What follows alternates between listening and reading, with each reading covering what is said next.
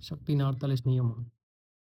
આપણે અગાઉ 3 નિયમો જોયા. આજે નિયમ નંબર 4. હંમેશા જરૂરત છે કમ બોલે. જરૂર કરતાં ઓછું બોલવાની વાત કરી છે. આમાં પહેલા વિચાર આવશે, પછી શક્તિ કી કુંજી અને તસવીર. તો હું આપને એ રીતે આગળ કહીશ કે આ વિચાર શું છે કે लोगों को शब्दों से प्रभावित करने की कोशिश ना करें. તમારે શબ્દોથી કોઈને ઇમ્પ્રેસ કરવાની પ્રયત્ન મત करवाना. आप जितना ज़्यादा बोलेंगे उतने ही साधारण नज़र आओगे. તમે જાજુ જેટલું બોલશો ને એટલા સાધારણ દેખાશો और आपका नियंत्रण उतना कम होगा. તમારું એના પર નિયંત્રણ નહીં હોય. ઘણીવાર બોલાઈને પસ્તાઈ જાય. ખબર છે ને? તમે ન બોલાયેલા શબ્દોના માલિક અને બોલાયેલ શબ્દોના ગુલામ હો છો. આ એની એની વાત કરી છે. अगर आप जितना आप अपनी बातों को अस्पष्ट, गोलमोल, अजीब रखेंगे तो आपकी नीरस बातें मौलिक लगेगी. તમે જેન તેન બોલ કરશો ને એટલે એક તો અસ્પષ્ટ હશે અને નીરસ રસ વગરની વાત હશે. सशक्त लोग कम बोलकर प्रभावित करते हैं. જે શક્તિશાળી લોકો હોય ને એ ઓછું બોલીને પ્રભાવશાળી દેખાય છે और रोबदार दिखते हैं. તમે જોજો સેલિબ્રિટીને કે એવા કોઈ અ, બાહુબલી હોય કે કોઈ એવો નેતા હોય રાજકારણમાં એના બહુ બકબક કરતા ઓછા જોશો. હશે એમાં ઘણા હોય છે આવડતો ઘોડતા હોય એવા ઓછા હોય છે. પણ જે ખરેખર ઉપર લેવલે છે એવા માણસો કેવા હોય છે? રોબદાર હોય છે, ઓછું બોલતા હોય છે, જરૂર વગરનું નથી બોલતા. इस बात की ज़्यादा संभावना होती है कि ज़्यादा बोलते समय आपके मुँह से कोई ऐसी मूर्खतापूर्ण बात निकल जाएगी. તમે જાજુ બોલશો ને તો કંઈક ને કંઈક એવી વાત નીકળી જશે કે જે તમારે બોલવી ન જોઈએ. પાછળથી પસ્તાવાનો વારો આવે. એટલે એવી મૂર્ખતાપૂર્ણ વાત તમારા મોઢામાંથી નીકળી જશે જ્યાંથી બોલવાની હતી. હવે આપણે શક્તિની કુંજી જોઈએ. शक्ति कई मायनों में दिखावा का खेल है. शक्ति एक है ना दिखाવાનો खेल છે. કઈ રીતે જોઈશું आप? जब आप ज़रूरत से कम बोलते हैं तो आप हमेशा वास्तविकता से ज़्यादा महान और शक्तिशाली नज़र आते हैं. તમે કારણ વગરનું નથી બોલવાનું. જરૂર હોય એટલું બોલશો ને એટલા તમે શક્તિશાળી અને પ્રભાવશાળી અને એટલા જ વાસ્તવિક નज़ર આવશો તમે એમ થાય તો. आपकी चुप्पी से दूसरे लोग परेशान हो जाएंगे. માણસ તમને સામેવાળો માણસ ઓળખી નથી શકવાનો કે તમે કઈ રીતની તમારી મેન્ટાલિટી છે. इंसान हमेशा विश्लेषण और स्पष्टीकरण वाले मशीन હોય. તમે એને ઘણાને જોઈ લો એક્સપ્લેન કર્યા કરે કે કાંઈક વાત હોય તો હું મારો વાંક નથી. અને મારે આવી રીતે આમ હતું એટલે મોડું થયું કે એક્સ વાય ઝેડ બહુ એક્સપ્લેન કર્યા કરે. એનું આખું વર્ણન કરે કે મારે આ ભૂલ થઈ ગઈ કે બોલ્યો છું એની પાછળ શું કારણ હતું. એવું એક મશીન જ છે માણસ. પણ આપણે બધામાં એવો ગુણ હોય છે થોડા ઘણા. આપણે એના પ્રત્યે જાગૃત રહી અને એ ગુણને દબાવવાની વાત છે. वे यहाँ जानने की फिराक में रहते हैं કોણ સામેવાળા માણસ. એ જાણવાની ફિરાકમાં હોય કે આપ ક્યાં બોલતે हैं, શું બોલવાનો છે, એની પાછળ એના વિચાર શું છે એ જાણવાની એક એને તमन्ना હોય છે. जब आप अपने शब्दों को सावधानी से और नियंत्रित करते हैं तो वे आपके इरादा या मंशा को नहीं समझ पाते. તમે બોલવા બહુ ઓછું બોલશો તો સામેવાળા માણસને તમારી મનસા શું છે, ઈચ્છા શું છે એનો ખ્યાલ નહીં આવે. અને તમારો ઈરાદો શું છે એનો પણ ખ્યાલ નહીં આવે. आपके संक्षिप्त जवाब या खामोशी से वे रक्षणात्मक हो जाएंगे. ये है ना डिफेंसिव हालतમાં આવી જાય કે યાર ઓછું બોલે છે તમારાથી એક ડિસ્ટન્સ રાખશે. રહસ્યમય લાગે માણસ સામેવાળો તો કેવું થાય છે? પોતે એક રક્ષણાત્મક સ્થિતિમાં આવી જાય.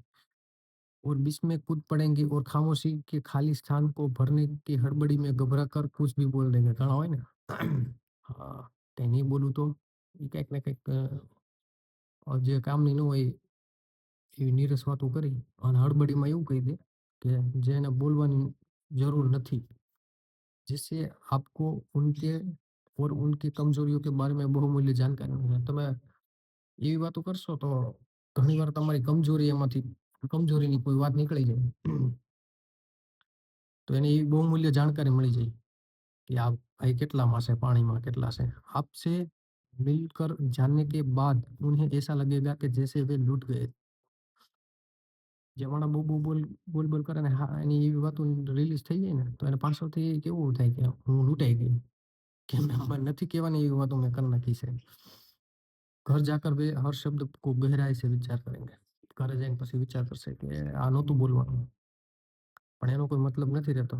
आपकी संक्षिप्त टिप्पणी पर जब लोग अतिरिक्त ध्यान देंगे, तो इससे आपकी शक्ति और बढ़ेंगी।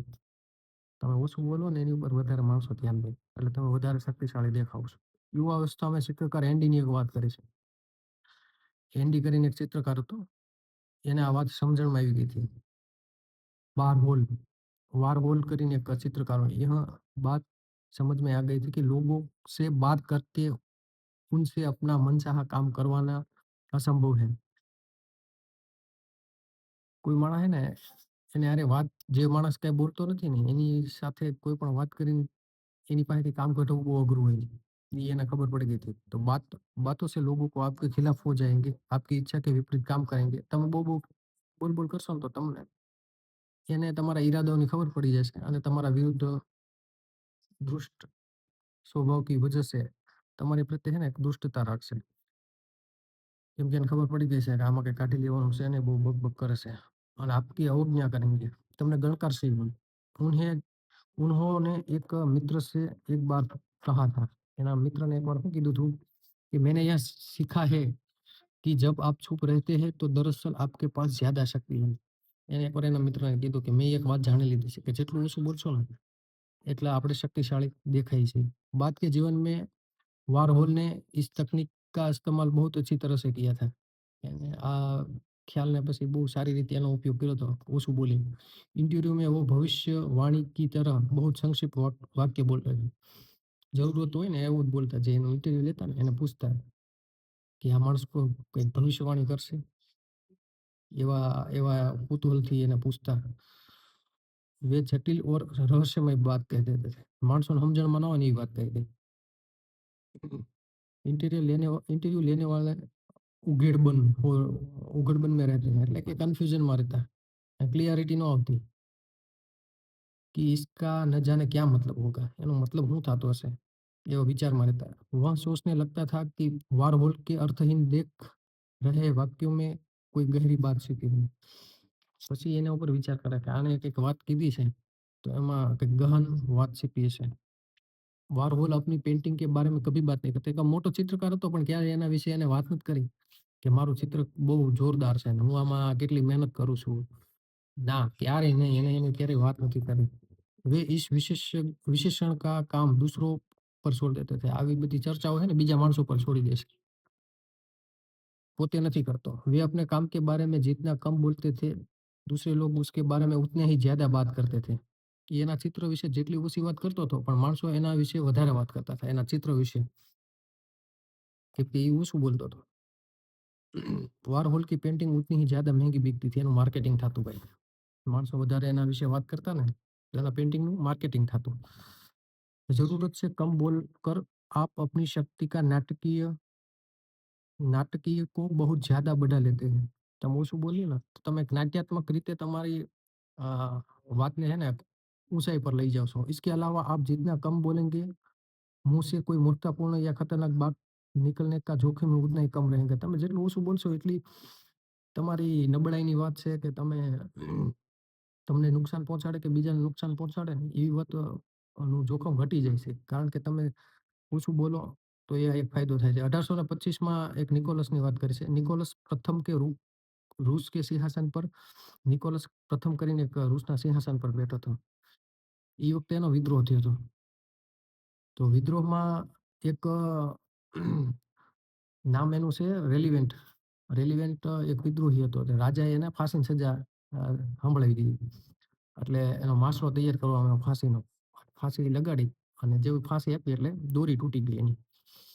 દોરી તૂટી જાય ને એટલે આ વિદ્રોહી એક ટિપ્પણી કરે છે કે રશિયાના રાજા તો જો હું વિદ્રોહ કરતો હતો એ કે ખોટો નથી, આને તો બરોબર આ જે ફાંસી આપવાનું દોરડું છે એ હરખું સારું બનાવતા નથી આવડતું અને એની મજાક ઉડાવે છે।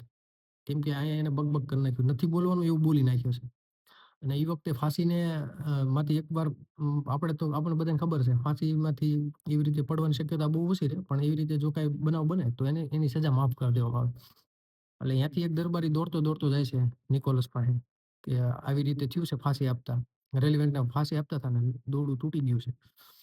તો એને રેલિવેન્ટ ઓલો નિકોલસ લખતો હોય કે આને ફાંસીની સજા માફ કરો છો, માફ કરી દઉં। એટલે માફી આપતા એને પૂછ્યું કે, "ઈ રસીથી હેઠો પડ્યા પછી કાંઈ બોલ્યો તો?" તો ઓણે કીધું, "હા, બોલ્યો તો." ઈ કે, "રસિયા એના ઈ કે જોયું તમે ઈ કે હું વિદ્રોહ કરું ઈ કે ખોટો નથી. આને તો ફાંસીના દોરડા હરખા બનાવતા નથી આવડતા." તો નિકોલસે કીધું, "શાબાશ! હવે ઈ કે કાલે એને ફરીથી આ વાત સાબિત કરી દ્યો કે આપણા રૂસના દોરડા કેટલા મજબૂત છે." એટલે બીજી વાર પાછો ફાંસીએ લટકાવી દેશે. તો આ વધારે બોલવાના પરિણામ આવા આવે, એની વાત કરી છે. તો આ જરૂરતથી વધારે ન બોલવાનું આપણે અહીં આ નિયમ નંબર 4 શીખવાડે છે અને આપણે આપણા જીવનમાં ઉતારવા ઉતારવા જેવું છે.